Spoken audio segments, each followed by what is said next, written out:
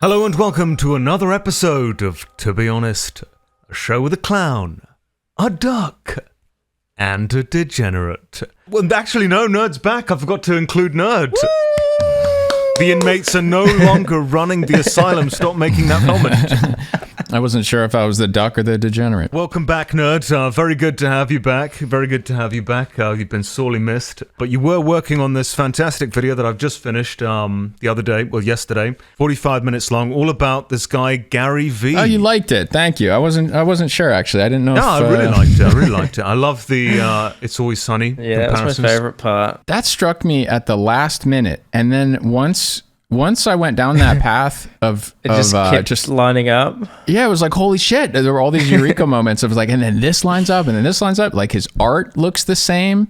Yeah. The art, which basically on the show, so the joke about Charlie is that he's like illiterate and he's had a really hard life. He lives basically under the bar with rats and spiders and things like that. And he, whenever he writes something down, it's incredibly broken English, or it's in hieroglyphics, basically, where he draws them with crayons and they're little pictures. And those pictures that play for a laugh on the show are what sold for $150 million in crypto land. So, and that doesn't play for a joke in the digital collectible space. Like, this must be taken seriously. Christie's auction house has curated it, where it must be treated with the utmost respect of museum quality, historical figure quality doodles. But as far as the comparison between him and Charlie, there's the voice is the same. That weird it actually is that high. That was the funniest part, honestly, was the fact that they actually sounded so Weasley and identical.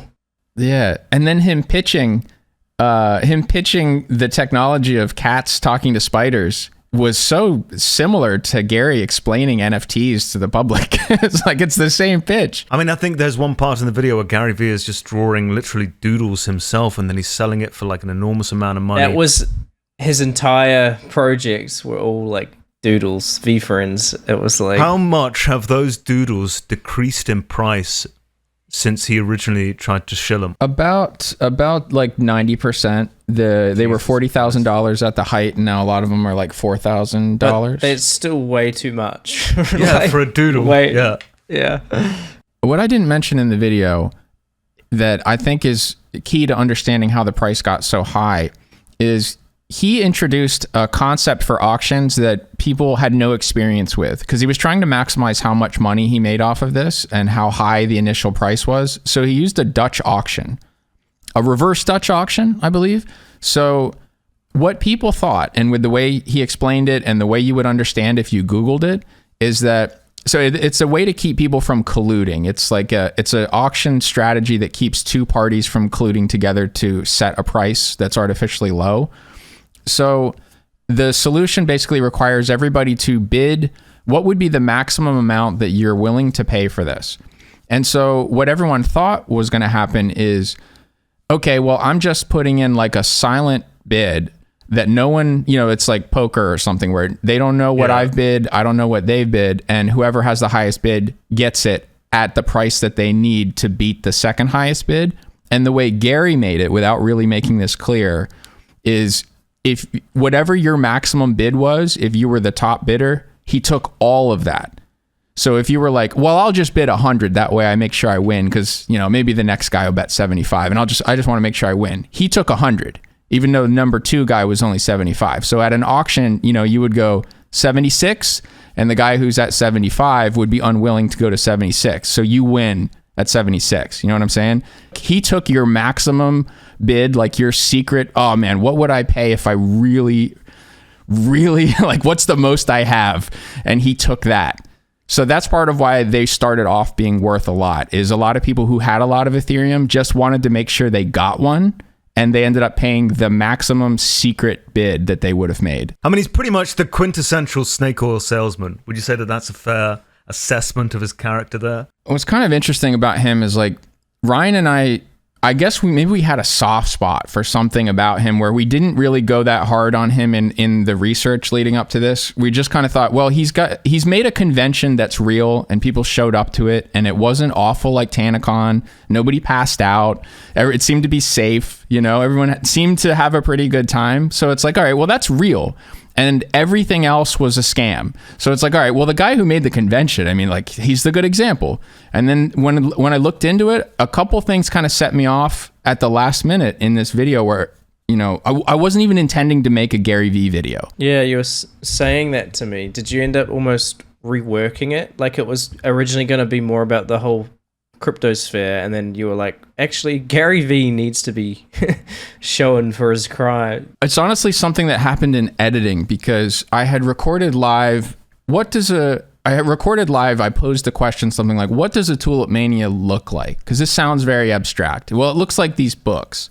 And so I just meant to show a bunch of those books on screen. But then once I started looking into those pictures of the books and what they were promised and the videos that he made to them, encouraging them, like what they had seen in order to buy the books, what they thought they were going to get. Once I finally unraveled the loss of money that happened there for all of those people, that's when it swallowed the rest of the video and it became like Gary Vee till the end.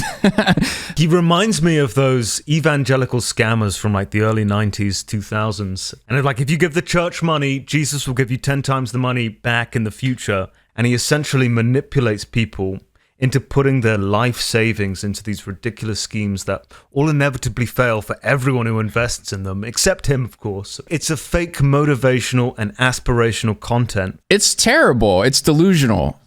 You're telling someone, so like one of the examples in the clip that like Tim Dillon is laughing at is he's saying, if anybody ever did it, then you can too. Now that's an absolutely nonsensical thing to tell someone.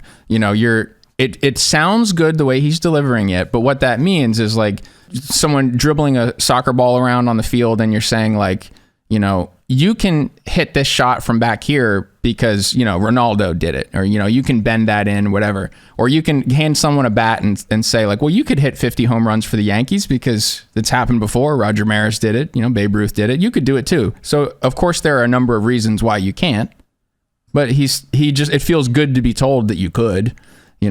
So he gives very generic motivational advice that, hey, look, I think there's a type of guy that Gary Vee and other people who he's frequently seen with, they're serving the role of a boss or like an internet dad where you've got people who are working for themselves who normally like needed the safety of being told what they should do for the next day, for the next hour, for the next day, next week, next month. Like they need someone else's plan. They want someone else to tell them everything's going to be okay. You're going to have a steady paycheck. It's going to be fine. And these guys, that's what comes with a normal job is the regularity, the safety of being part of a system. And when you go start working in the gig economy or trying to start a business, you don't have that support anymore. You don't have a mentor. So they become this figure that maybe your boss would have been or a teacher would have been. And people pay for his time. Like they give away a lot of free inspiration, Gary Vee didn't do this. I don't think he did MLMs the way that like Tai Lopez does. That guy who does knowledge, the big meme, he's selling here like in my garage. Yeah, his business would be like selling a phone call 1 hour a month with him. And there are people that they're willing to pay $3,000 for that because they need to talk to some figure who will tell them that their idea is good and they should keep going. But yeah, as you pointed out in the video, I mean, in terms of like promotion via his Twitter or his other social media, I mean, it's just really not worth it because he gets so few impressions and engagement on these tweets, right? Less than any of us here, so it's just worth absolutely nothing. The dog shit engagement. If it was the first time he did it, if it was the first time he shilled another scammer, let's call him that, I'd be like, yeah, okay, maybe that's worth something.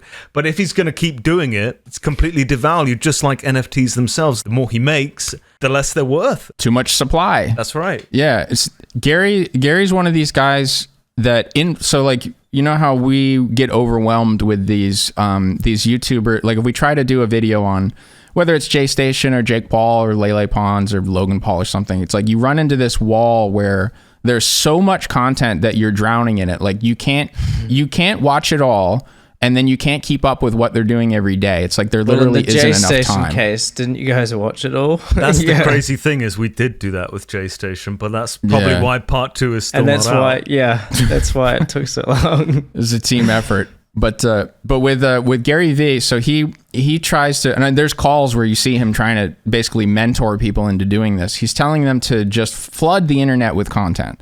And so he doesn't care about having high numbers. You know, like this would be Dolan's nightmare, you know, or Pyro's nightmare. They don't want to have a tweet that doesn't have 20,000 likes. They're like, fuck, I fell off.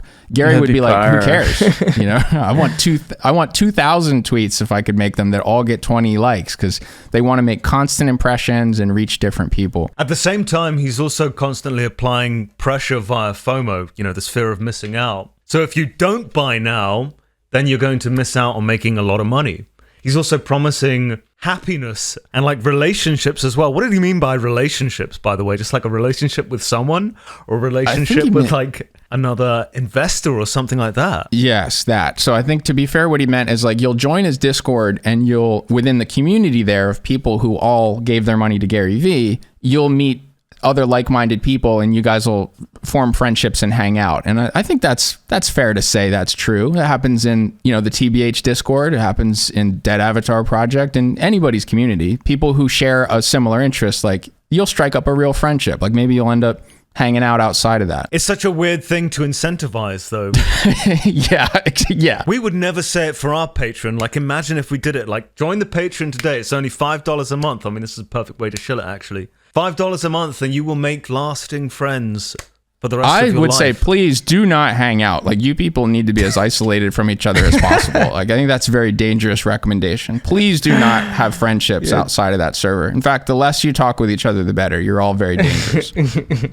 I think it only works in his favor to say that because, okay, well, this is one of my questions. Do you think that many of the people that fall for his scams are incentivized to keep supporting and defending him against, you know, those like yourself, those that would criticize him? Because if he fails, then by proxy, they fail and also lose money. Yes, and I think this is something that that is both like a potential benefit and a downside of, depending on what your perspective is, of the way that the internet is developing. Because think of like a Tesla fanboy. They own Tesla stock.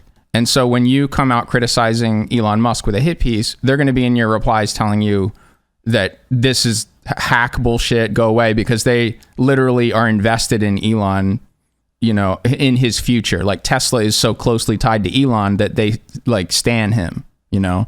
So you could say the same thing about the project that I'm building. Like I am going to create, you know, additional sort of Nerd City fans that like they've collected something that they don't want it to fail, you know, but also we said this on another podcast. You could say the same thing about just someone who's recommended a channel, you know, like if someone's like, hey, Pyro's good, and then Pyro has allegations against him, they're going to be like, no, he's still good. Like, fuck you. Don't criticize him. But I feel to a far less extent because obviously there's no financial motivation in that. There's no financial fair barrier to that. Yeah. For these people's cases, I mean, they've invested, like you point out in your video, their life savings. You know, they're down to nothing. So, of course, they're incentivized to support Gary Vee no matter what. I think it gets dangerous into the higher amounts. You know, it goes from someone who's they're risking their reputation, which is, you know, that's an abstract value.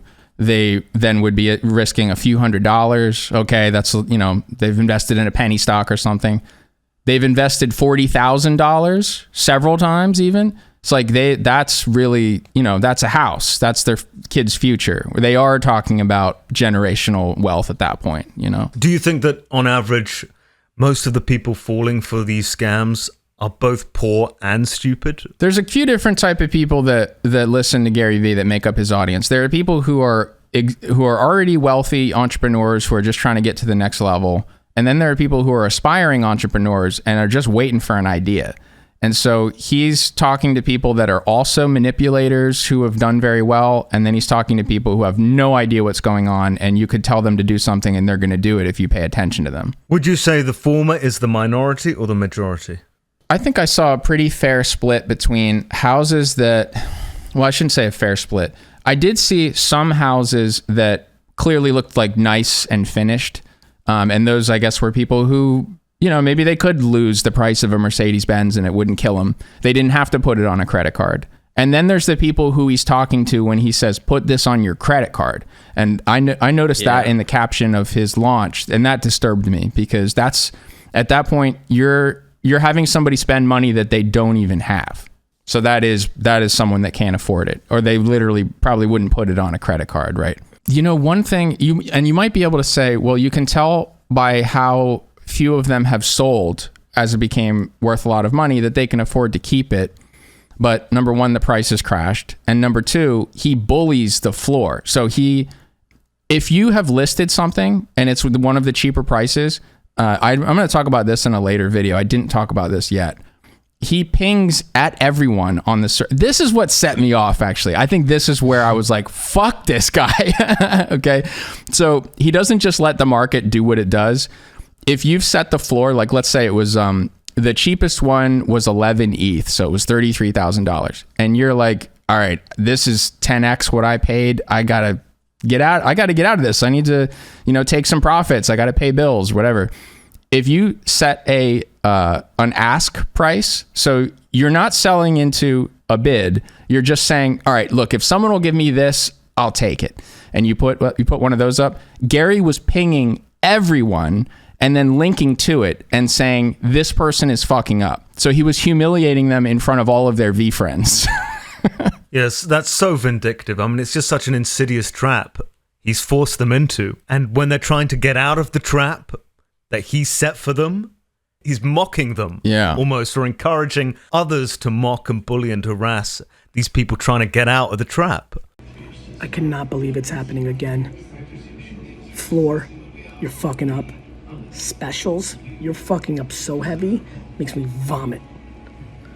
I mean, I guess that leads on to my next question. Obviously, most people, myself included, would feel sorry for someone who didn't have a lot of money and then got scammed by someone like Gary Vee or scammed by another scammer. But should we feel sorry for someone that was just simply an idiot? Obviously shouldn't have bought into this scam. Should we feel sorry for someone that stupid?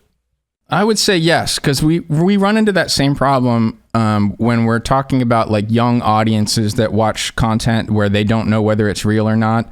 Are some of these kids probably dumb? Yes. I feel like age is different. Maturity is different to stupidity. Yeah. I know, but just because someone turns 18 doesn't mean I want to see them like exploited. So I still feel bad. I don't think that someone deserves, like, just because they fell for a scam, that they deserve to be scammed, because it happens to old people. It happens to the oldest people. I thought a lot of the people being scammed by Gary Vee were like almost middle-aged people, or like not like early 20s or teens. Were they not more older people? Yeah, I would be surprised if the majority ended up being 60 plus, old age pensioners. Well, just think about who needs to hear a message that goes, if anybody ever did it, then you can too. You're gonna attract people that, like, maybe they struggle with depression. Maybe they're having trouble.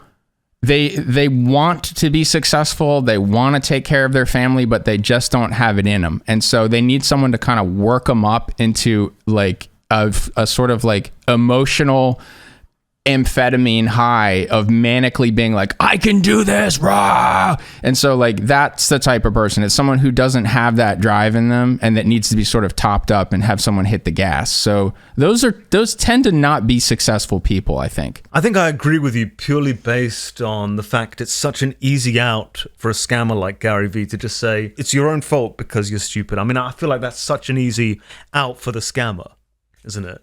It's definitely some of their fault, but I would say most of the fault lies with the person who was scamming.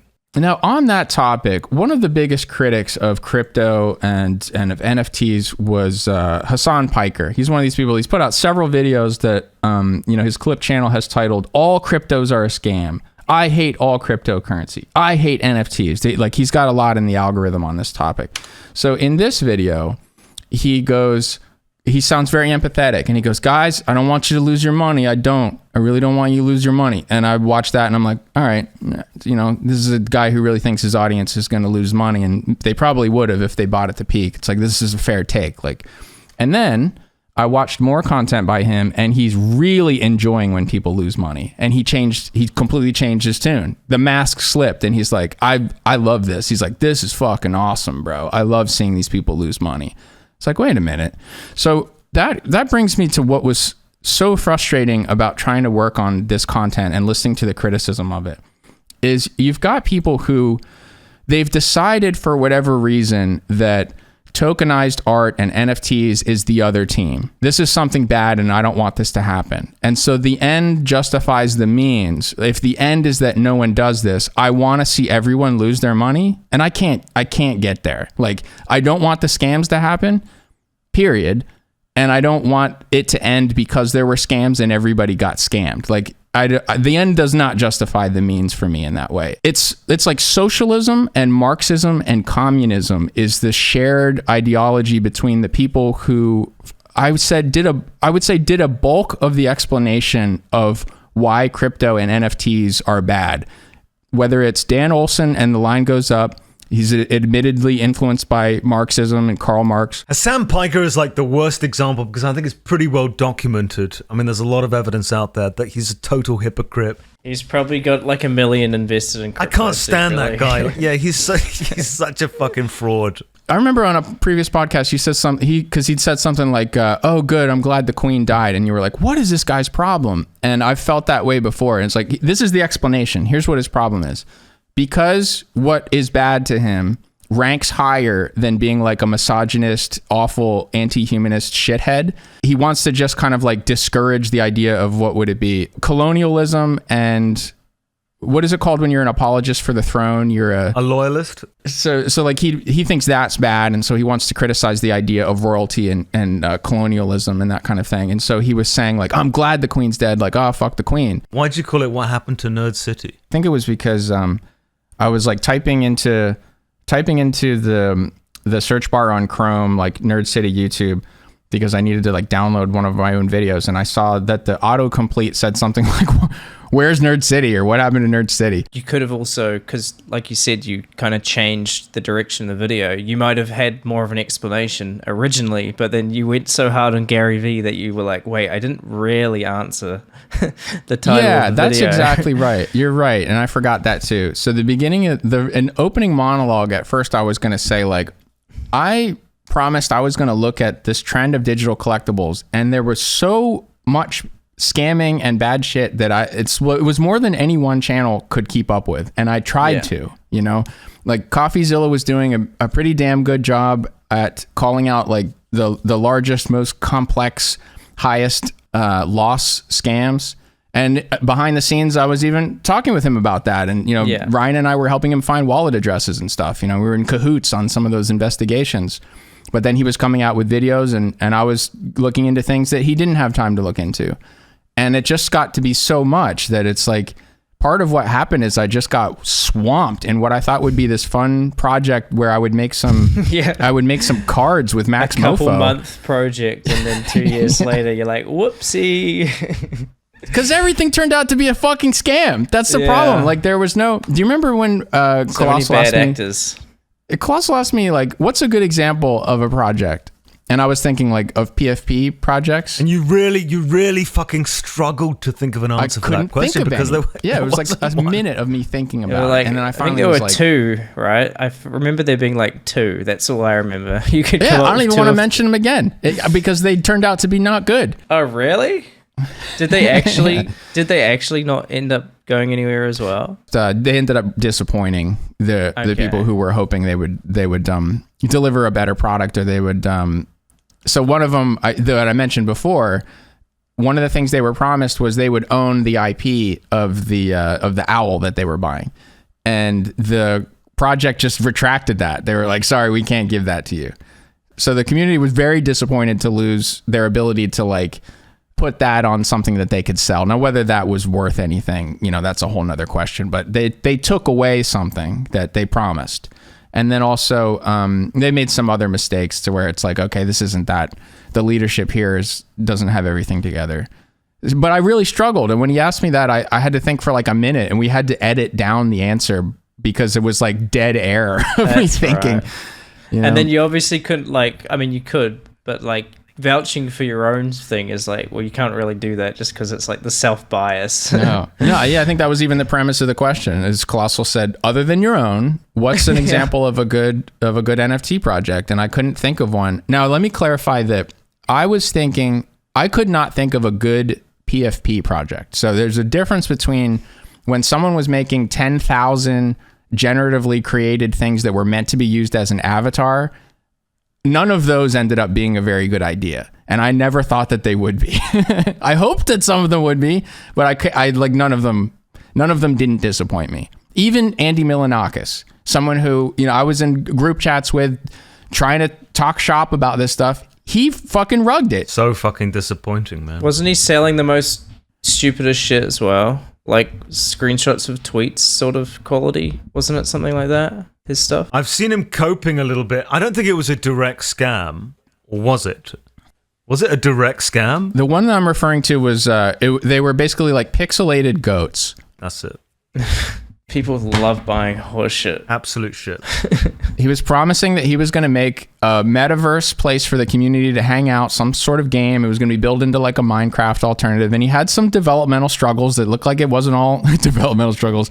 Obviously he has some developmental struggles, but he was having some struggles with the getting the video game developed, and he quit. And then everyone's like, hey, what's going on, Andy? Like, what's the progress on this? And then he was like, sorry, I'm just going to move on. You got to move on. And if you look at some of his tweets and what he was telling people, he was promising that he would never do that. He was tweeting and he was yelling at people for selling too cheap and for not buying cheap ones off the floor. And he was saying like, I'm in this for the rest of my life. I'm going to keep adding value to this. So like he scammed people. So even Andy. It's funny to think what people were buying, because one of the other like prominent guys in this sphere was like Lush Sucks, the graffiti artist, meme artist. And he was just selling like screenshots of his old Instagram posts, and people were buying it. And I was just like, what? I was just at the time, I was like, what use is this going to have ever? Like as an art piece or as anything? Yeah, I bought one too. I bought two of them. I assume those, I'm guessing, because I think even my image was in one of them. Lush which was like DM'd, yeah. Kind of appealing. He had ones of Max, of PewDiePie, people we know, friends of ours, and we like him as an artist. We've retweeted him. We featured him in our content because he's a meme. He embraced meme culture and did good stuff. That's not a scam, though. I mean, he wasn't promising, marvelous things to happen if you purchased a picture. Yeah, no, but more just like why people were spending thousands of dollars on a screenshot of Instagram post. When you lay it out like that, it's like, what the fuck were people doing? I assume like all his pictures now are worth far less than what people originally purchased them for. I'm guessing. Yeah. Yes. Yeah, they're cheaper than what I paid. Yeah. So if some people are feeling scammed by that, then I don't think they should be. I feel like those people are suckers. If you bought genuinely hoping to make money off this purchase, I don't feel sorry for you. You're just a sucker. You weren't scammed. I don't feel scammed by buying it and that I couldn't sell it for more. Like I wanted to own the painting of Dr. Disrespect that he did. And he DM'd me before we minted and was like, hey, I got the mint live or whatever. And I was like, okay. So I bought it because a friend was asking me to support him. I don't regret it. But what is a shame is once he secured the bag, like he vanished. Like where the fuck is he?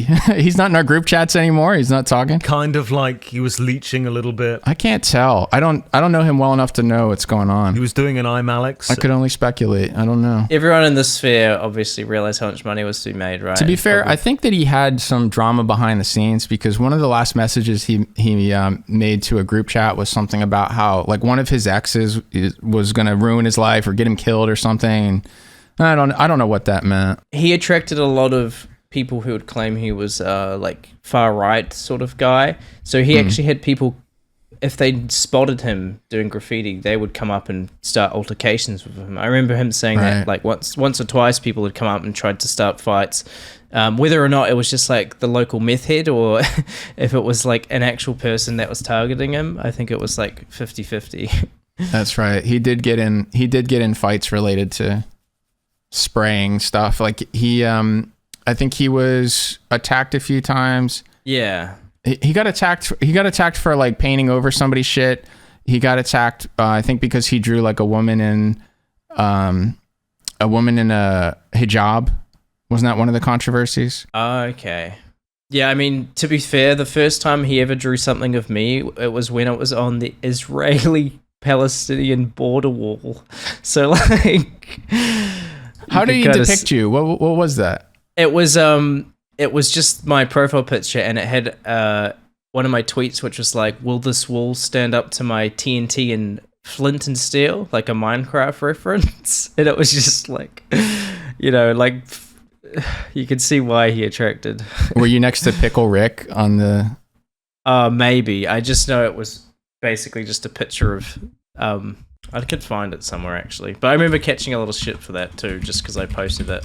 Well, on that topic, I mean, a lot of these scammers, like Gary V, have they been attacked publicly? Because obviously they've cost people their life savings in some cases. He's ruined people's lives. Gary is not considered. Here's the crazy thing. His community isn't that mad at him. Is that for the question that I asked earlier, the reason that I asked earlier, is that they're financially invested so they have to support him or they lose? I think there's still a couple things on the horizon that they're looking forward to. One of them is that he made a promise that every single one of these doodles was going to function as a ticket to the convention that he was throwing. Now, the first two conventions were where he basically could rent the cheapest stadium. It was like Minnesota and Ohio or something. And then this last one, he promised 3 tickets were built into each one of these doodles. And this next one coming up is in LA. So I think a lot of people are excited, like, okay, well, at least this is a city where something's going on, where I know there's some famous people. Wait, he's still doing? Is he still doing these? Oh yeah. Oh, absolutely. Is he on version 2 or version 3 now of these doodles? So it started off with 10,000. When these things were worth 30, 40,000 a piece, he had only 10,000 of them, and he could have stopped there. But he wanted more money because what he's trying to do is make $1 billion, multiple billions of dollars, and buy the New York Jets. That's the goal. He's trying to own his childhood football team. So it's just like whatever he can do to get it. Like he's grinding. So he sold 10,000 of them, and then he sold 125,000 book tokens, and then Veefriends 2, there were 55,000 of those, and then he's also done some. Just airdrops and collaborations with other people. So he increased his supply from 10,000 to something like 160,000, 180,000 different tokens. It was like a scam within a scam within a scam, as I understood it. Because he writes this book. Did you buy the book, by the way?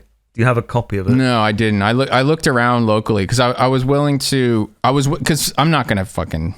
You could have rebought one for $1. People were giving this book away, so I thought maybe you found one in a thrift store. I mean, it wouldn't surprise me. What I think he was doing is 12 Rules for Life sits at the top of the nonfiction charts all the time, frequently comes back around the holidays as people buy that Jordan Peterson book. So I think he wanted to basically have the Bible too. So he did 12 and a half. There's 12 Rules for Life. And it's always just the most basic, mind-numbingly obvious gratitude, self-awareness, like shit you should just know if you have a working brain. All of it insulates him from criticism as well, because if you've told your audience that you should always be you should get rid of negativity, you shouldn't criticize anybody, you should always just be positive looking forward, then when someone comes around who's says the emperor has no clothes and these are some of the worst drawings I've ever seen, why are you paying so much for them? You've trained an entire community to be basically immune to that. They've all been trained that if I want to please Gary, then I will not agree with this negativity, and I'm going to treat that with empathy and positivity and be like, oh, I'm sorry you don't like the art, man. Oh, that's a shame. No, we really like it. You've created a cult, basically, that can't question you. He writes a book, and in order to sell more copies of this book, anyone who buys this book will potentially get a code. So then he's asking them to send the books back to him? Yeah, he's like, destroy that, and I'll give you something. He's trying to figure out what he can do to make those tokens make sense, to add any value to it. And so one of the ways, I didn't mention this in the video, but he created a marketplace where, so part of the content he makes is he goes around to yard sales and he buys sports cards, he buys action figures and stuffed animals. And so he created a marketplace where the graded cards that he'd collected or cards that he was willing to buy, I don't know. He created a market where you could trade these tokens to get some of those cards. But those cards were not what people wanted either. And the price wasn't, like, as an arbitrage opportunity, it wasn't that good of a deal. You know, you could like trade the token back and get a card that was worth almost exactly the same, but now you have a card. You could trade, so you like, let's say you trade a $300 token for, and now it's not worth that much, but let's say you traded a token that at the time was $300 worth of books, and then you trade that token and you get a Charles Barkley rookie card that's graded, and that if you're lucky, someone will buy for $300 on eBay. So now at least you've got something that's worth kind of close to what the books are, but it's something that you got to get lucky that someone will buy it. You know, it's like trading card market is, you know, it's kind of a scam in its own way. So there was a point where you could get something, but that's only if you burn it that way. And then if you do that, you don't get the chance to mint a Veefriends 2. So then he put something else on the horizon. Okay, now I'm going to go officially Veefriends again. And we're going to make more of these. Now there's 55,000 of them, which is more than 5 times, or it's 5 times what I made the first time. But these are going to be such a great idea to get, guys. So, and I'm also going to make absolute monsters. Like, there's going to be some super cool characters. I'm talking astronauts, Black Cat, like the coolest characters I've ever made. And the only way you can get them is if you burn. And then he gives this a super confusing announcement where it's like a certain amount of, a combination of, I'm going to need you to burn a bunch of them. And then you get a chance to mint. And then if you mint, you can get these exclusive characters. So he's going to pay you in a chance to buy more of his currency if you spend his currency on it. It's a fucking sandwich of scams, like layered scams on top of each other. Never ending. The value he was creating in the future of a token he was making up is what he was basically taking your, you know, investments on. Like he was borrowing using the value of something that he'd inflated himself. So at the end of the day, it's like these are all currency that you've made up. That's a convoluted explanation, but yeah, it is related to the flywheel scam of creating value out of thin air using your own things. So there's this one part, and I'm paraphrasing it a bit, but there's this one part where Gary Vee says, what you should do at least once a day for 5 minutes is sit down with your family and make believe one of them was just shot in the face. That is what makes me happy, and if you do that, you will be happy too. What the fuck did he mean by that? Because that is some of like the worst advice I have ever heard in my life. It is psychopathic. You remember when you would say with in editing, like you have hummingbird vision and you spot dropped frames and things like that? Yeah. When I watch that clip, I see expressions pass across his face. You'd call them micro reactions. Some people don't believe in that. I believe in it. I see them. What's passing across his face when he says that, particularly when he goes shot in the face, he pulls an incredibly savage, hostile face. Like he is picturing violence. And it's very abnormal. This is not something... it's an anomalous emotion for him to be feeling as he thinks about something that is a supposedly inspiring gratitude. Like, what would be the non-psychopathic way to say that? It would be like, the way that I stay grateful for the things that I have is once a day, I meditate on what I have and I'm thankful for it. And I just think about what it would be like if I lost it. Now, that's a totally human way to say that. And he goes for the most graphic, visceral way possible to imagine losing it. Yeah. Imagine, like, you're having a nice family dinner, and all of a sudden, you have to imagine that your mother just got shot in the face. Yeah. And you have to sit there in perfect silence for, like, the next 5 minutes, you know, staring through the hole in the back of your mother's head. And everyone is just carrying on eating like nothing has happened, but you're sat there in total silence, picturing this. Yeah. Sorry guys. Yeah, I can come to dinner, but I haven't finished up my sales technique yet. What I normally do is I imagine you guys all getting axe murdered. So I need to think about that for a bit. I'll come do that in the same room with you guys. Just give me 5 minutes. I have to imagine that my mother's head has been blown off. Breaks down like the blood splatter pattern that's everywhere, gives you a real visceral image of it. Madness. To me, I think it has to do with a resentment towards his parents, if you'll allow me to psychoanalyze a bit. I think that I think a lot of what he's doing and what drives him, in fact, probably even him trying to buy that sports team probably goes all the way back to childhood and trying to show one of his parents, maybe one he didn't like very much and one he did. I think he's trying to prove to them before their death that he's a winner. I think he's motivated not from losing them. I don't know, because they're also, now it's probably unfair to speculate about that, because there are videos of him kissing his dad on the mouth. Like, maybe he has a perfectly loving relationship with them. What? Mm-hmm. Didn't the Paul brothers do that as well? Different parent, but yeah. And they're also, maybe there's a correlation here. There's a correlation between NFT scammers and inbreeding. Well, here's one relationship you won't regret starting. Our sponsor today, Raycon. It's the best time of year. Leaves changing colors, cozy vibes, and my personal favorite holiday, Raycon's anniversary. And if you're thinking, don't you mean Halloween? Well, then let me ask you this. Does Halloween also give 20 to 40% off premium electronics? No? Well, then listen up, because Raycon's celebrating their anniversary with a sale you won't want to miss. Now, you might have heard me mention Raycon's anniversary sale before. This year, Raycon is turning 6. In that time, Raycon has really made a name for themselves in the premium audio space. Their everyday earbuds are known for delivering high-quality audio and thoughtful features, like a 32-hour battery life and a perfect in-ear fit for all-day wear and lasting comfort. All this at half the price of other premium brands? Well, no wonder they've already racked up 78,000 5-star reviews. And this past year, they've expanded their entire business with the introduction of Raycon Home and Raycon PowerTech. So needless to say, there is a lot to celebrate. That's why, to thank everyone who's shown them support in the past 6 years, Raycon is offering 20% off everything on their site, with select products up to 40%. How are you finding your Raycons, by the way, Jay? And he's deaf. He's deafened. Work so well with them, I didn't even hear you ask me. I'm using them instead of my old headphones because these don't actually fall out my ear when I go to the gym, so when I go on the treadmill, so that's what I've been using them for. You do not want to miss out on Raycon's anniversary sale. What are you going to do? Wait another year for it?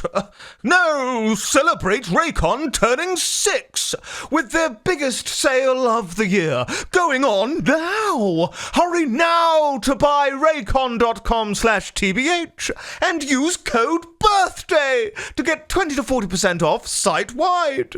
That's code BIRTHDAY at buyraycon.com/TBH to score 20 to 40% off. Buyraycon.com/TBH. Okay, so we all know how ExpressVPN protects your privacy and security online, right? But here's something you might not know. You can also use ExpressVPN to unlock movies and shows that are only available in other countries. Now, if you're like me and you've run out of stuff to watch on Netflix, this will change your world. This whole week, I've been using ExpressVPN to binge The Office on UK Netflix. It's so simple to do. I just fire up the ExpressVPN app, change my location to United Kingdom, refresh Netflix, and, well, that's it. You see, ExpressVPN lets you control where you want sites to think you're located. You can choose from almost 100 different countries. So just think about all the Netflix libraries you can go through. Love Korean drama? Well, use ExpressVPN to watch Parasite off South Korean Netflix. But it's not just Netflix, no. ExpressVPN works with any streaming service. Hulu, BBC iPlayer, YouTube, you name it. Now, I know there are hundreds of other VPNs out there. The reason I'm using ExpressVPN is because it's so ridiculously fast. There's never any buffering or lag, and you can stream in HD. No problem. You see, ExpressVPN also works on all your devices, phones, media consoles, smart TVs, and more, so you can watch what you want on the go or on the big screen. So, If you want to get access to hundreds of new shows, use my link right now, expressvpn.com/TBH, and you can get an extra 3 months of ExpressVPN for free. That's expressvpn.com/TBH, expressvpn.com/TBH. Prize Picks is the largest independently owned daily fantasy sports brackets DFS platform in North America. We are the easiest and most exciting way to play DFS. It's just you against the numbers. Instead of battling thousands of other players, including pros and sharks, you pick more than or less than on 2 to 6 player stat projections and watch the winnings roll in. Prize Picks is the most fun I've had, winning up to 25 times my money this football season. You just select 2 more players, pick more or less on their projected stats, and place your entry. Testing my skills on Prize Picks this football season is the most exciting way to play daily fantasy sports. If you have the skills, you can turn $10 into $250 with just a few taps. With the Prize Picks reboot policy, your entries stay in play even if one of your players gets injured. For NFL games and CFB top 25 matchups, if you have a player who exits the game in the first half and does not return in the second, that player is rebooted. Prize Picks is the only daily fantasy sports platform with injury insurance. Our producer Ryan tried the app out. He said that it was a slick experience. The interface reminded him of a new fantasy leagues he had competed in before, except this one was more intuitive. He also said they had more sports than just football. He noticed they had fantasy cricket, tennis, Major League Baseball, and even CSGO fantasy teams. So go to prizepicks.com/TBH and use code TBH for a first deposit match up to $100. Go to prizepicks.com/TBH and use code TBH for a first deposit match up to $100. Prize Picks, daily fantasy sports, made easy. You should get disability pay for that. When you do something like that, you're like, you can't work for a week. I'd never seen ad reads that got such a positive response. You know, like you literally gave them hundreds of examples of people being like, these are the greatest ad reads on you. That never happens on podcasts. Never, ever, ever in the history of podcasts did that happen. I mean, they keep coming back for more, so I must be doing something right. People are going to believe that Pyro just missed the episode, he didn't show up. I mean, he was still late regardless, but people are going to think that he wasn't here. But no, he's been here the entire time and just hasn't said anything. I think he was here for half an hour and then he fell asleep. Do you know, has he divulged any information to you, Jay, about what he's going to be doing at PAX? He's just doing a meet and greet. Like, it's like a 1 hour and a half to 2 hour thing. You know, all the creatures come up to him, I guess get a photo and an autograph or something, and be dealing with sweaty fans. Well, he said the ones at Insomnia, which is the UK equivalent, I suppose, weren't too bad. They were probably not too bad in the sense like they were normal ice. He didn't get sick after because the hygiene, the poor hygiene. I still feel like the hygiene must have been pretty bad. It is with those conventions. Well, he didn't get sick after. He wasn't sick after, so it couldn't have been that bad. If you touch enough kids, you'll eventually develop an immunity to them. Since the last time we talked about NFTs, nerd, has there now been one that isn't total shit? So there's almost nothing I can hold up that's a PFP project where I can be like, this is not a scam. Do it like this. I can't find anything. There's a couple of very small, there's ones that like, you know, I don't even want to say it by name because I don't think you should get involved, but it's people who all like penguins. And so they just still hang out because they like penguins. That's fine. That's pretty wholesome. But, you know, that's not a great example of what this, you know, all of this was promising it could be. And then, so it all turned out to be bad. And I can't really lift anything up as like, okay, well, here's what this looks like when it's done right. And I didn't want that to just be me. You know, I'm trying to do that, but I wanted there to be examples that weren't scams. So I have to basically concede and catalog all of the bad shit that's happened, and there's so much bad shit, it's overwhelming. So number one, I've got like basically no one on my side and no one I want on my side.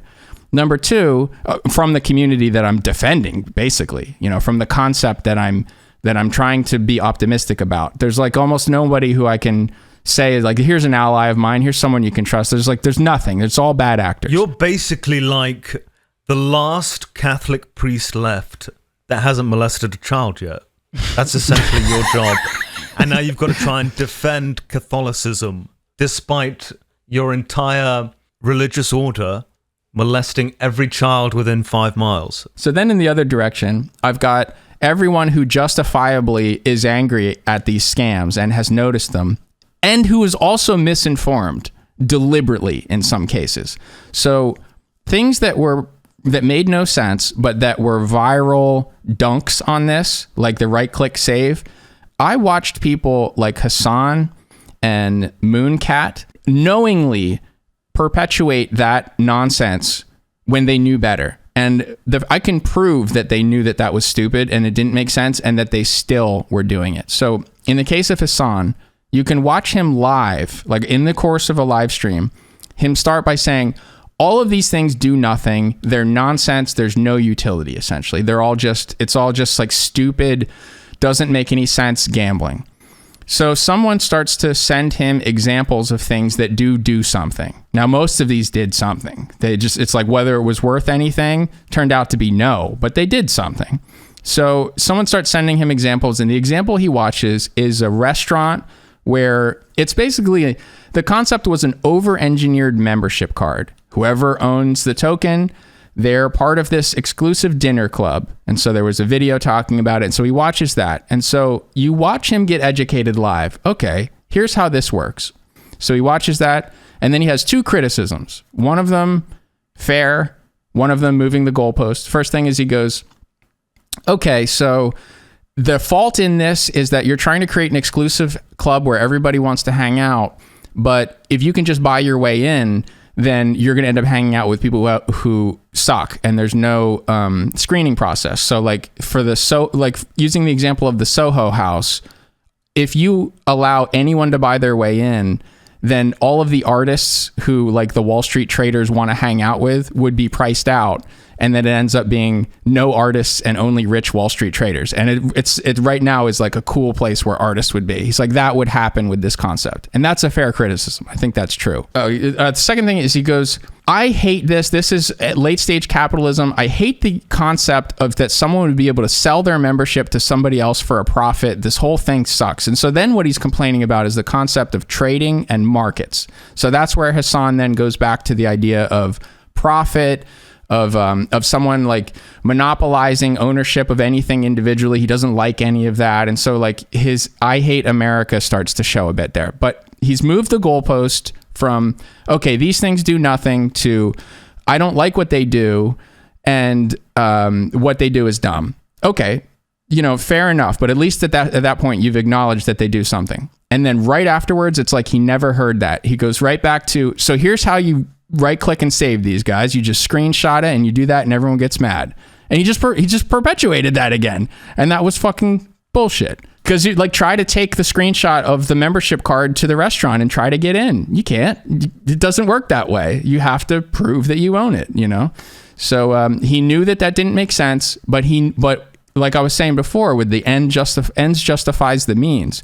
Even though he knew he was perpetuating a nonsensical gibberish meme, he still did it because it was doing damage. He's like, let me just keep doing this because this is landing. This has got legs.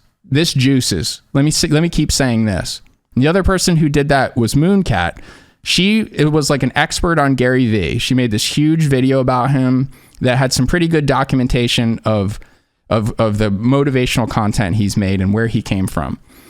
And in the course of making a video about the digital collectible community, like her copy of Dan Olson's video, she makes a promotional short that is like a remake of, it's a mix of you wouldn't download a car and the "ladies and gentlemen, we got a" meme. So it shows her screenshotting a Veefriend and then getting arrested instantly. Now, she knows that that didn't make any sense. She knows that Gary was selling tickets to a convention because she's essentially like a foremost expert on Gary Vee. She would know that those things get you into the fucking convention. And she would also know that no one would care if you screenshotted it because it wouldn't get you in. You know, but she still made the meme about, look how mad we can make him if we screenshot this, guys. So that's a bad actor. That's someone who's willing to lie to do damage. To do damage to what? To benefit herself in some financial way, or a little bit of that, you know, like whatever someone's motivation is for continuing to make content. You know, like I don't begrudge that she would want to make money off of this. As a socialist, a Marxist, whatever, it's fine. You know, participate in capitalism, please do. But what I do begrudge is that what she was trying to do is damage to cryptocurrency because she sees all of that as some, you know, she does not like, well, let's take it away from her. Like the Marxist socialist sort of team, they don't like crypto because they see it's all the things they don't like: trading, profit, individual ownership, people accumulating too much of something. They wouldn't like someone having every single like valuable sneaker either. You know, it's not just that they don't like someone having too many monkey JPEGs that are all worth money. it is a little bit like guilty by association, right? So anyone who's associated with cryptocurrency or NFTs is guilty by that association. 99% of people are scammers, so I do not like this particular project, which may or may not be a scam, because of all these other scammers. And I think it's almost fair enough. If 99.9% of all of these projects are scams, can you really expect them to think like that 0.1% is going to be such a great thing? I think that that's a hopeless, black-pilled way of looking at things. And if that was the way I looked at things, then when I make videos criticizing YouTube, I would be telling people not to use YouTube. You know, I would be saying like, wow, look at how shitty the creators are that are promoted. Look at how much they ignore our concerns. We shouldn't use this platform. And it's never been my message. It's like, these are problems that can be addressed. Like, we demand these to get better. And that's the way that I approach this. And what I'm doing with NFTs is the same thing I did with merch, where I look at least I try to find what is the good and what is the bad, and let's use the good and not replicate the bad. And then we sold merch at the end of it. We tried to make the best merch we could. Everybody was happy with it. I'm doing the same thing with this, but what I'm running into is people who think that tokenizing art is synonymous with scam, that there's no way to do it that's not a scam. And so I challenge them in the comments, and I'm like, what do you mean it's a scam? Where's the scam? Where's the scam? Where's the scam? Here's a picture. Buy it.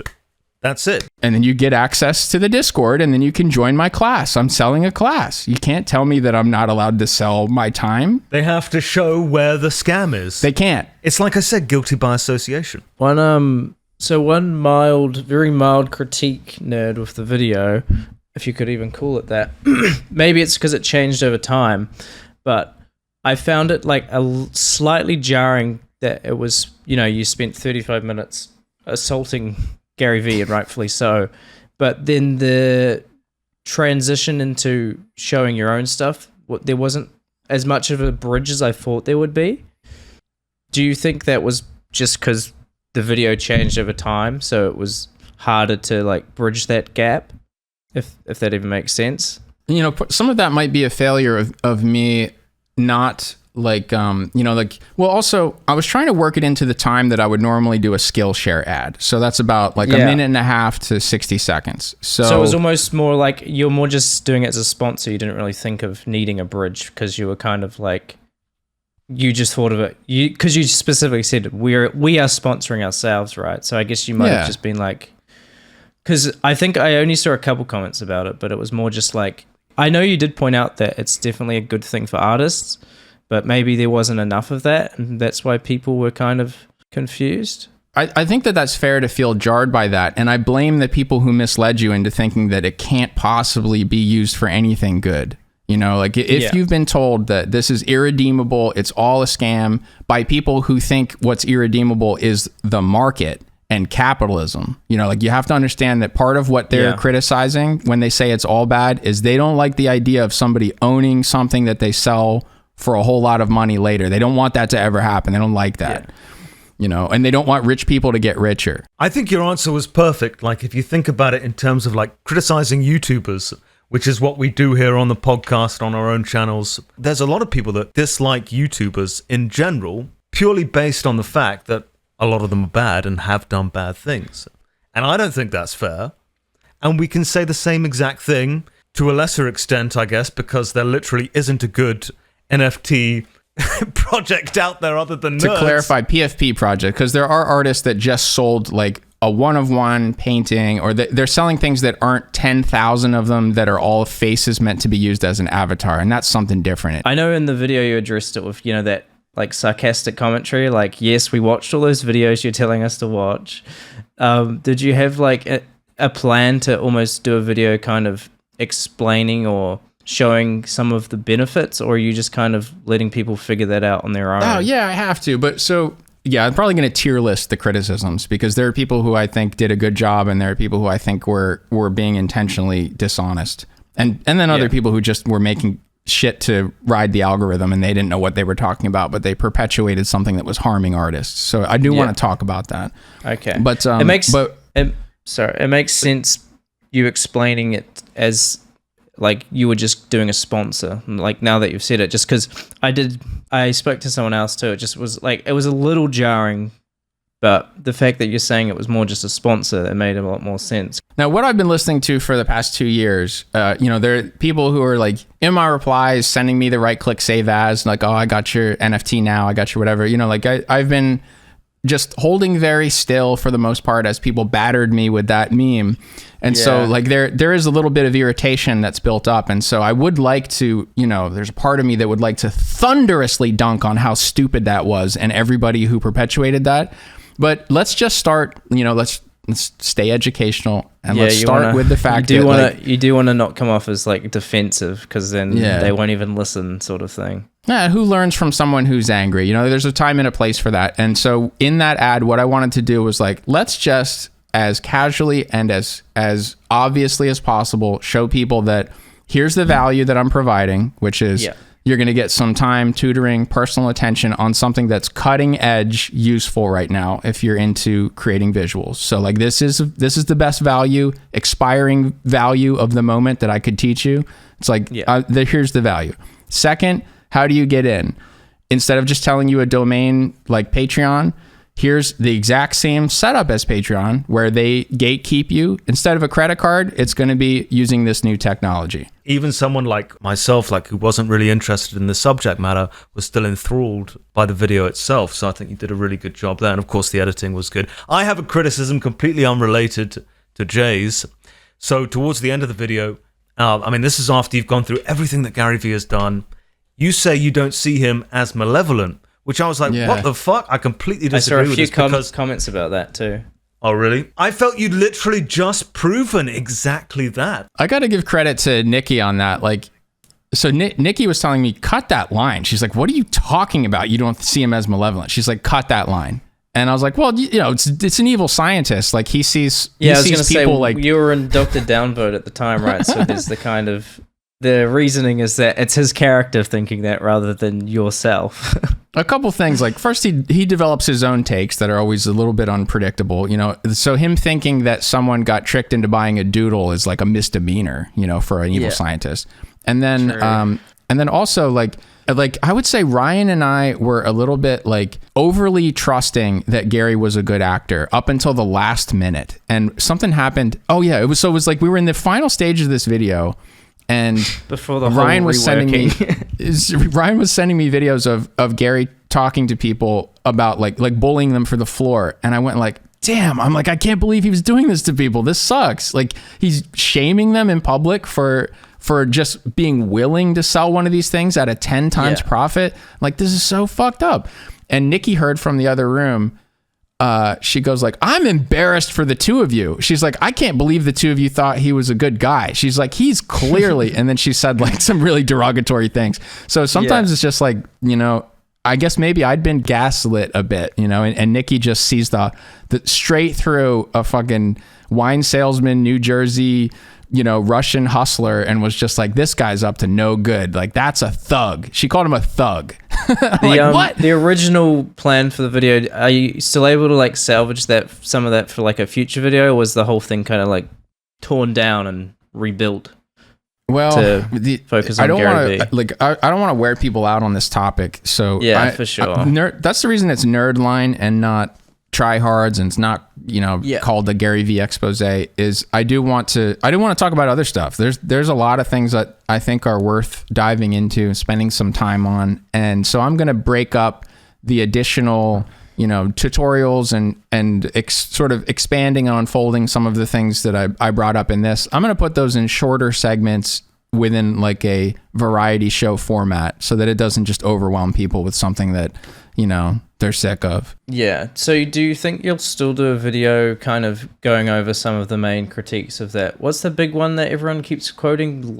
Line goes up. Do you think you'll ever? Because that's the one people always say. Like, they make a pretty strong argument, I felt. Yeah, that's the final boss of these critiques. I definitely I have to address that one. And I will say, here's the way that emotionally affected me. When I saw that video, I was in a funk for like a day, where I was just like, man, like that is such a depressing reveal of how much rot there is in all this. Underneath all of this optimism, it's all fake. I'm like, he's right about that. And it was sort of like mirroring the research I was doing too. And then something occurred to me on that second day where I'm like, wait a minute, this is a critique of capitalism. This at its core, and it's why he starts the video with 20 minutes explaining the subprime mortgage crisis, is he's trying to make you see that this whole system can't work. And basically, I'm like, wait a minute, nothing would exist around me if the moral is when money is involved, we can't trust people about anything. Because that's what he was saying. He was saying, because people could benefit from this being worth more later, you can't ever trust them to talk about it at all.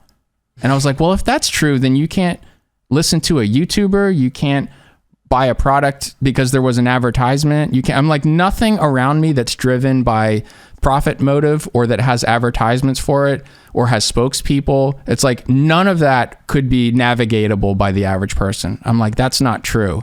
There, you do learn how to watch an advertisement when you understand incentives. So that's key to me. Like, you need to understand what someone's incentives are. You have to know that if they're telling you that this coin is good or this project is good, they should tell you that they own it and how much they own, and you should be able to see if they're selling it as they're telling you that. It should be a fucking law. It should be a legal requirement. It is. That's the other thing, is all these people thought that this was not going to be regulated, that it was some loophole. Well, guess what? You're wrong. And the whole time I was saying that, I'm like, good. That's the best news I've heard all fucking week. Are we going to finally see repercussions for these genuinely criminal actions that some of these scammers have undertaken?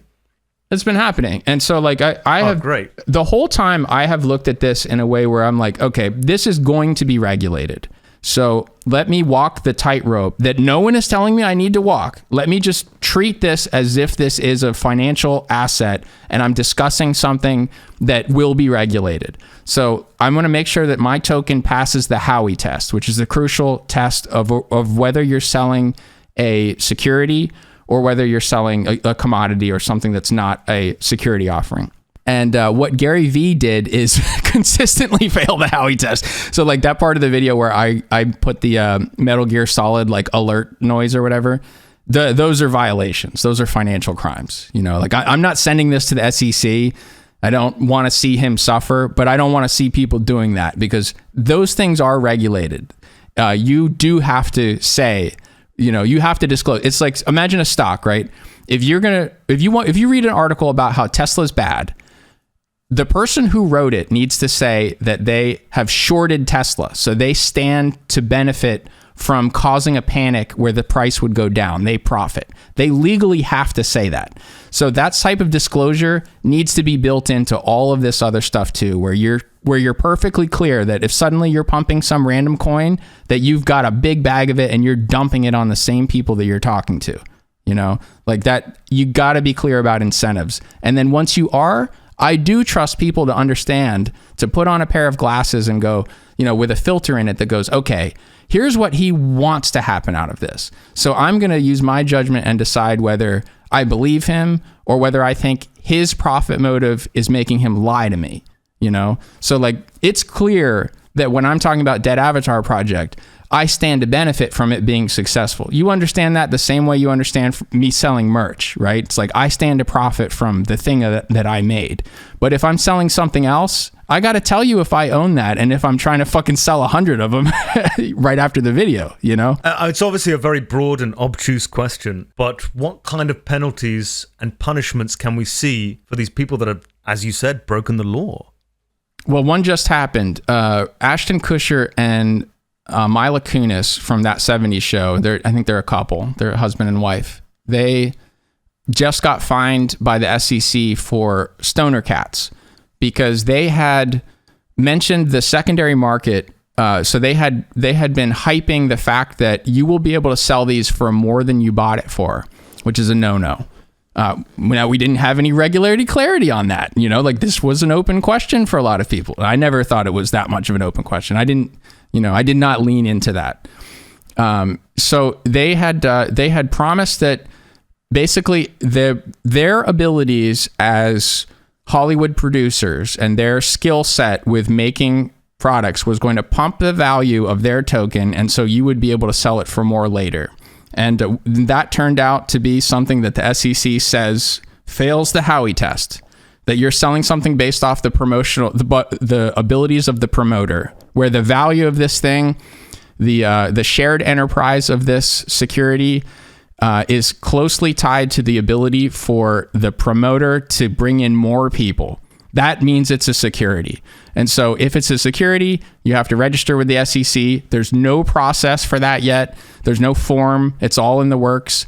But this is how regulation starts. It starts with a fine and it sets a precedent, and then it starts to become the law. Do you think we're going to see anything beyond a fine? Are there going to be cases where it's actually going to be a prison sentence? For PFP collections, it probably will be fines. For FTX and things where there was massive intentional fraud. So there's a difference between an unlicensed security using like new technology where it's like, oh, hey, guess what? You didn't reinvent the stock market. You just, didn't register your securities with us and now you have to. What we're going to start to see is an onboarding process for this to become more regulated. It's not going to go away. It's going to just get a whole lot more paperwork. The government is going to get their cut. The regulators are going to stay relevant and active and in their eyes protecting people from being exploited. And it's just going to get a whole lot more formal. Yeah, I just don't think the fines are going to really do anything. Like, how much did Ashton Kutcher and his wife have to pay? $9 million? That's like a drop in the ocean for them. It's nothing. It's interesting that they hit them right when some negative publicity came out about Danny Masterson. It's like same day. So I think you said at one point that AI scams are going to be the new scam, the new thing that celebrities like Ashton Kutcher and shysters like Gary Vee are going to start doing in order to replace these NFT scams. Or rather, that they will become the new NFT scam. Do you know of any in the works or any that have already transpired? Well, I guess what I mean by that is all the same people who they're selling their credibility to you. They're trying to always be on the cutting edge of these new opportunities, right? And in the past, it was Gary Vee telling everybody, like, look how much money you can make doing this. You should copy what I'm doing, or you should buy my thing. Like it was educational content disguised as self-promotion. And the fucking AI stuff is a lot like that, where you're seeing people making these. Think about what you're seeing on Twitter all the time with these threads where it's like, here's 10 ways to make your job easier. Use Bard to, and it's like, you got to expand the thread, and they'll call themselves like the AI expert or whatever, and this is someone who just came out of nowhere, and all of a sudden he's selling you just like information about AI. It's getting people, it's trying to shoehorn people into stuff that's basically a whitelisted, or it's basically like a white labeled version of a free product. So these plugins became available for, I think it was OpenAI started offering ChatGPT plugins. So they were allowing you to basically build apps on top of it and then sell that in your own right.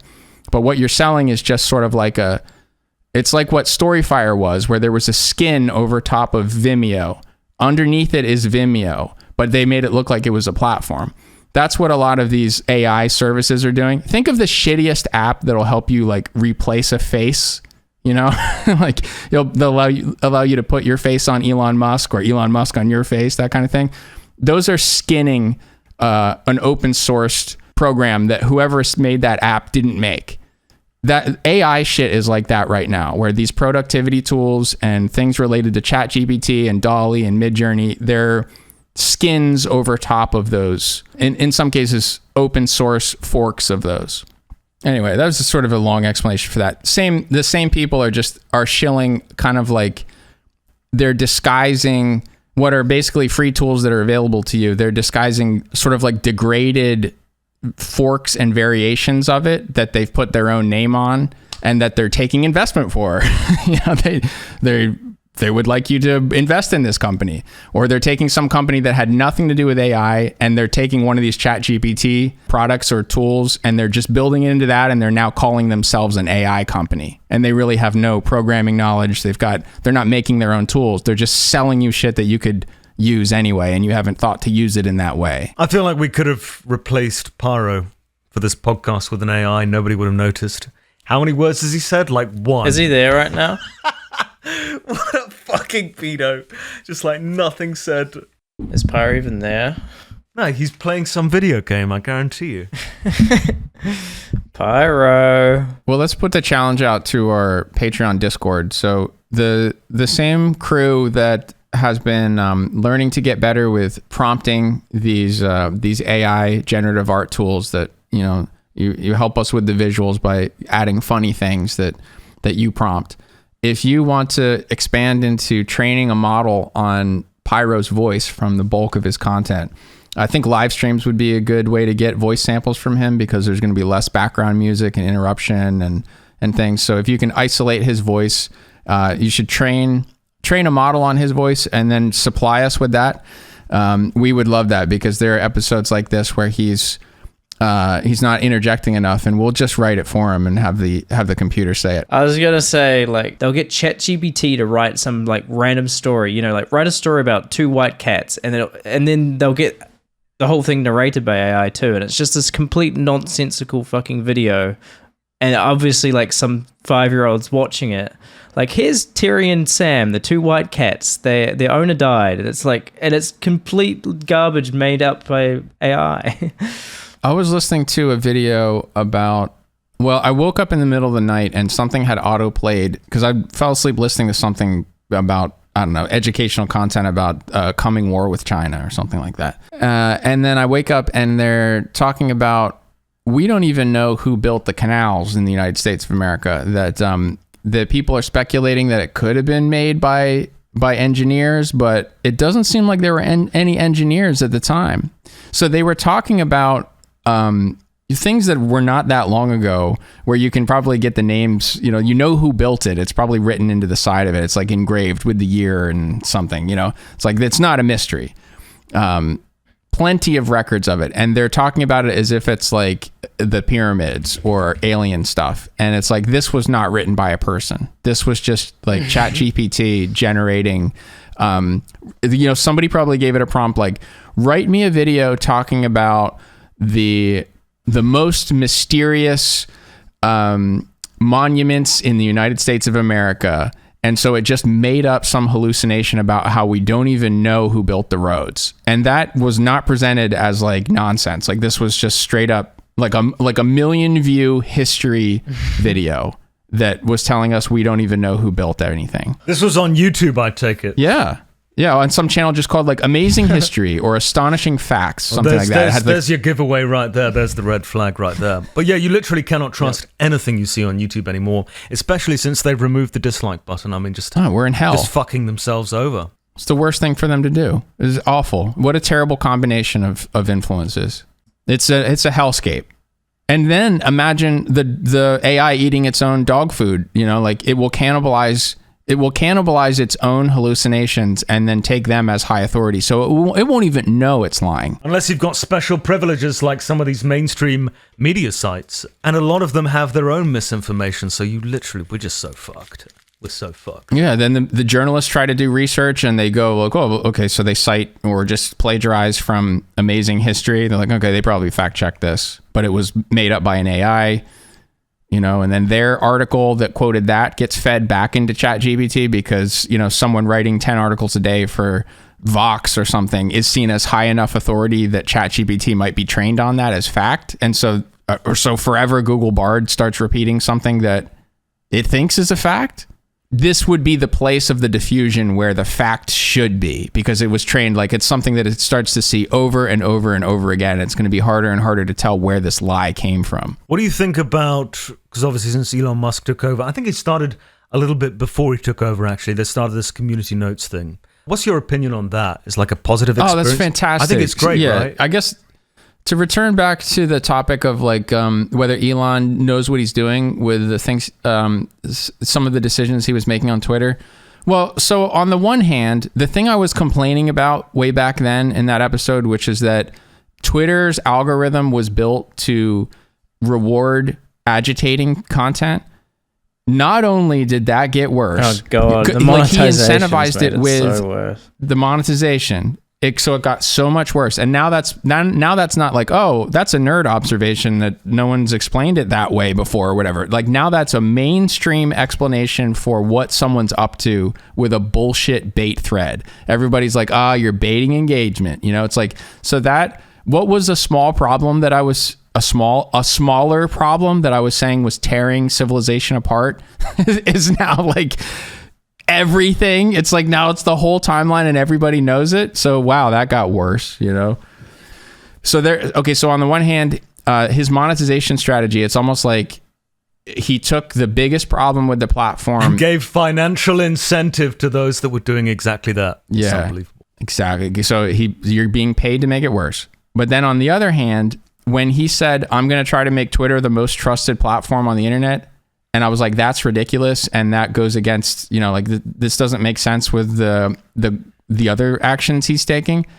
I think he actually did, because I have never had so many incidents where I look at something where I go, wow, I wonder if this is real or not.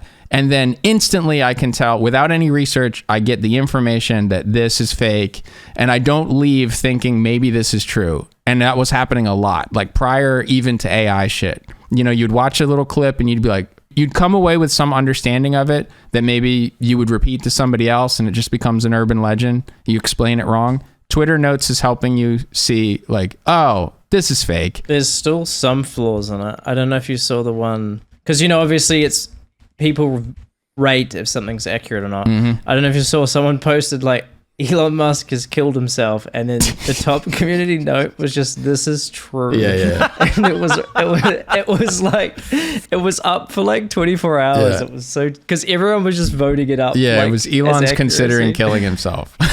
Yeah, just, this is true. Like no source, just this is true. He's playing a video game, I'm telling you, he's playing a video game.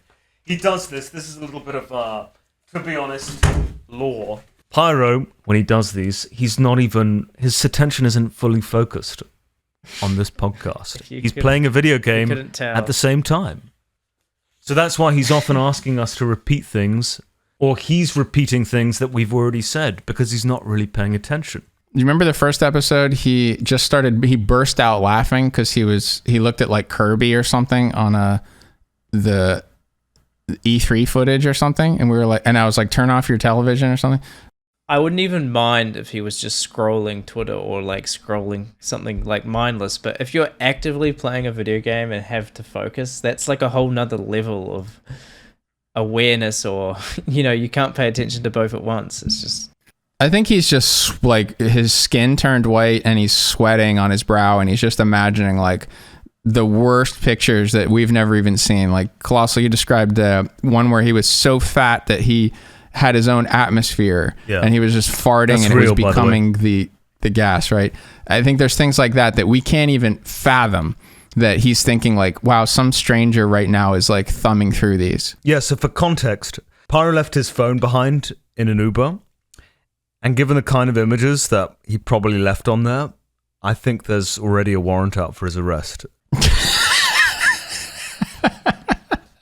Oh, that's the best part. Is like he lost it, and I guess if I lost my phone, I'd be worried about my like Google Authenticator or like my auto-filling passwords. And his big worry was that he had so much porn on his phone. That is 100%. We're not even Like, joking. how Right? am I That gonna is get- 100% true. How am I right, going to Jay? get it back? Yeah, no. Like, how am I going to get... Like, imagine the amount of money. Like, technically, people worry about losing the money. They're He's NFTs. technically lost, like, what, 50 grand of commissions?